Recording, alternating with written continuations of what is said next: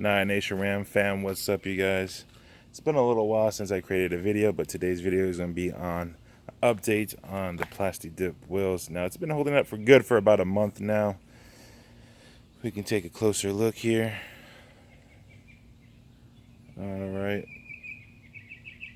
Now they're a little bit dirty. Truck does need a wash. Let's go ahead and take a look here at the front ones. So the biggest thing, I think the concern is prep. Make sure you guys prep if you guys decide to do this, and check out dipyourcar.com or the channel. He's actually pretty good and informative when it comes to doing this type of work. Now I did the badging as well,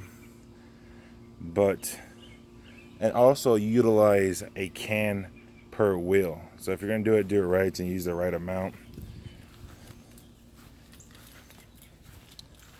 So the truck's been holding up pretty good thus far, in my opinion. And obviously I've seen some videos where a guy had a plasti dip wheels for about 3 years, and then that's when he did take off the plasti dip on the wheels in itself. Perfectly fine. Now I'm probably not going to do 3 years. I'll probably do a year and then redo it, or just change out the wheels in itself when I throw a lift on. My ultimate goal is at least to get a 6-inch lift here, hopefully a BDS suspension. But this is the truck at a glance so far.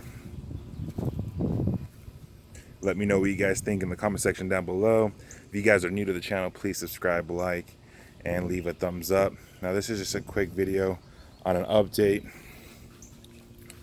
Now you can see I was cutting the grass and stuff, so they need to be cleaned. But so far, pretty good. Can't complain. We'll go close up on this one here.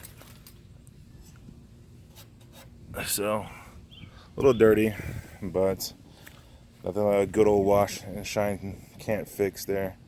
So once again, let me know what you guys think in the comment section down below. Hopefully you guys enjoy.